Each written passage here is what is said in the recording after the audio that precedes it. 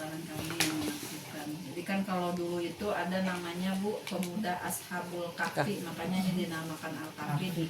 Jadi itu namanya guanya gua kebaikan namanya gua Kahfi ya Bu ya, makanya disebut Ashabul Kahfi. Nah, ini satu saat mereka masuk ke dalam itu, kemudian mereka tidur ya, tidurnya itu juga sampai apa namanya 350 tahun kalau nggak salah. Itu kalau nggak salah juga bawa satu gogok ya Bu ya, kalau nggak salah teh yang ini mereka yang maksudnya yang menjaga mereka gitu.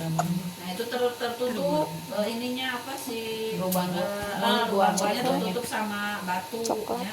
Nah, setelah bangun kan mereka bingung ya mau keluarnya gimana gitu. Akhirnya mereka satu-satu berdoa sama Allah, ya Allah kalau kebaikan aku misalnya kepada ibu begini kau terima, mohon dibukakan ya Allah pintu ini. Akhirnya terbuka sedikit-sedikitnya terbuka seperti itu. Dan itu juga merupakan kekuasaan Allah ya, itu kekuasaan Allah yang sampai kepada kita. Nggak mungkin kalau nggak ada izin Allah, nggak mungkin pintu itu terbuka. Jadi bukan semata-mata karena kebaikannya, tapi juga karena memang doanya itu diterima Allah Subhanahu wa Ta'ala. Makanya Allah membuka sedikit-sedikit batu yang menutupi gua itu. Nah ini hikmahnya ya Bu kepada kita.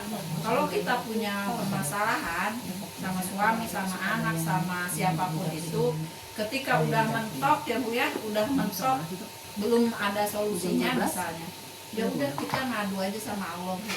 Ya Allah, apabila kebaikan aku, misalnya apa kebaikan Ibu ya, ucapkan kebaikan Ibu. Ya Allah, misalnya kebaikannya apa gitu, tolong diterima ya Allah. Saya mohon masalah yang saya hadapi ini ada solusinya ya Allah. Insya Allah ketika kita yakin terus Bu di apa namanya doa itu terus di ini ke Allah, kalau perlu sambil sesembuhkan sambil nangis dan lain sebagainya itu boleh ya Bu ya. Insya Allah suatu saat pasti Allah bisa ngasih solusi kepada kita, insya Allah.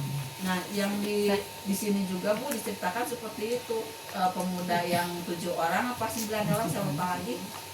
Itu juga sama, ketika dia tertutup pintu guanya itu sama batu, dia ngucapin satu-satu doanya sampai batu itu akhirnya terbuka dan keluar itu Bu ternyata sudah ratusan tahun.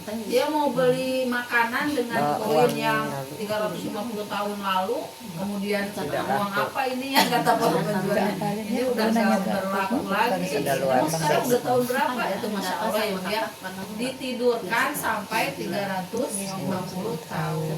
Ibu ada ini nggak cerita, ada yang koma pangeran yang itu Arab ya, udah meninggal tapi sekarang 20 ya kalau nggak salah, 20 tahun meninggal Bu, Masya Allah.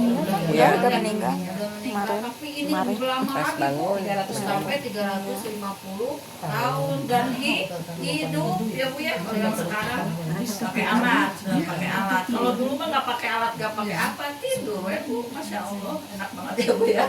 Itu seperti itu. Memang mereka soleh-soleh. Kan itunya juga pada meninggal, banyak yang kita udah bisa keluar, ambil sudah tahu hikmahnya. tahunnya Jadi Bu udah kalau beda. kita baca Mereka surat masuk itu lagi memang meninggal. kadang-kadang cerita Allah teh dari Sama, sini nanti kayak muncul ke pangeran sini gitu punya apa-apa. bangun, Semuanya nggak itu ada hikmahnya yang bisa kita ambil. Pelajarannya pasti ada ya Bu ya. Tiap Al-Qur'an itu terjemahnya kita baca.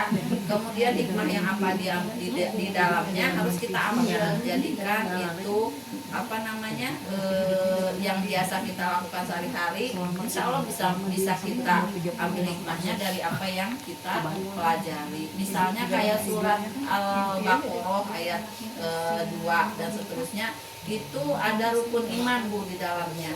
Itu rukun iman yang ke 1 sampai ke 6 kalau nggak salah ya. Jadi di dalamnya ada rukun iman ya, iman kepada Allah, iman kepada malaikat, iman kepada kitab, kepada Rasulullah, kepada hari kiamat, kepada dan insya Allah ada semuanya. Jadi setiap kita membaca Al-Quran ketika kita mengerti itu lebih baik dari kita menghafal sebanyak-banyaknya ya Bu ya. Jadi kalau kita satu ayat aja kita mengerti, kemudian kita amalkan surat tersebut, maka insya Allah itu pahalanya lebih banyak dari hafalan kita yang banyak Bu gitu. Jadi jangan berkecil hati ketika kita nggak bisa ngapalin yang banyak, tapi kita bisa satu ayat itu kita bisa tadaburi, kita bisa terjemahkan, kita bisa aplikasikan sehari-hari dalam kehidupan kita. Insya Allah itu pahalanya lebih banyak. Tapi menghafal juga harus ya Bu ya, karena setiap manusia nanti dia surganya itu tergantung hafalan yang dia bawa. Jadi kalau misalnya hafalannya juz 30 ya dia nanti surganya di mana, hafalannya juz 29 nanti naik lagi apa-apa. Tapi juga jangan berkecil hati, aku mah hafalannya boro-boro juz 30 Trikul doang, Trikul itu juga pahalanya gede. 30 itu udah pahalanya 30 juz. Kan itu ada cerita kalau dulu teh bacanya wae Abu Nawas, itu cerita Abu Nawas ya Bu. Ada satu masa, jadi barang siapa yang bisa menghatamkan Al-Quran dalam satu hari, dia hadiahnya ini gitunya kata rajanya. Ternyata orang-orang udah pada mulai menghafal ya, sudah mulai setor. Abu Nawas mah ini tenang-tenang gitunya, nggak kayak yang lain. Terus akhirnya pas kebagian Abu Nawasnya, sekarang kamu kenapa dari tadi nyantai terus kata rajanya. Hadiahnya besar loh gini. Dia nggak apa-apa, biar yang lain aja dulu ya Tuan kata Abu Nawas. Udah gitu kemudian Abu Nawas disuruh, sekarang kamu baca. Saya bisa menghatamkan Al-Quran dalam waktu kurang lebih dari 5 menit. Nah kenapa cepet banget? Akhirnya dibaca sama dia 3 kali, kulhu 3 kalinya. Kenapa? Cuman kulhu doang kata raja tuh ya. Karena Rasulullah sudah bersabda kalau yang membaca surat Al-Ikhlas 3 kali maka pahalanya itu sama dengan membaca surat 30 juz. Oh begitu kan, apa namanya, Masya Allahnya istilahnya teh. Abu Nawas kan terkenal yang cerdas ya Bu ya, dulu penyair yang sangat cerdas itu, cerdik itu Abu Nawas istilahnya ya. Dia selalu menghibur rajanya teh dengan kecerdikannya, tapi bukan kecerdikan cuma tapi benar gitu Bu, insya Allah.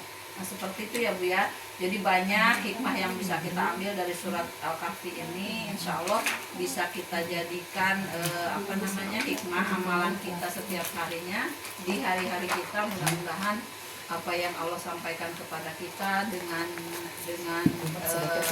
membaca Al-Quran setiap harinya, kemudian kita menerjemahkannya, walaupun sedikit-sedikit kita nggak bisa tafsirnya ya Bu ya. Ya apa-apa Bu, baca aja, karena di sini sedikit-sedikit ada ya Bu ya penjelasannya. Ada sedikit-sedikit penjelasan di sini. Kalau kita bisa cerna dengan kita telah lagi, insya Allah semuanya bisa membawa hikmah untuk kita. Wallahu alam ibu-ibu. Mudah-mudahan apa yang saya sampaikan ada hikmahnya walaupun sedikit dan bisa kita praktekkan sehari-hari insya Allah. Assalamualaikum warahmatullahi wabarakatuh. Yang kita akhiri dengan hamdalah dan kafaratul majlis bersama-sama. Alhamdulillahirabbil alamin. Subhanakallahumma wa bihamdika asyhadu an la ilaha illa anta astaghfiruka wa atubu ilaik. Mohon maaf lahir batin. Assalamualaikum warahmatullahi wabarakatuh. Waalaikumsalam warahmatullahi wabarakatuh.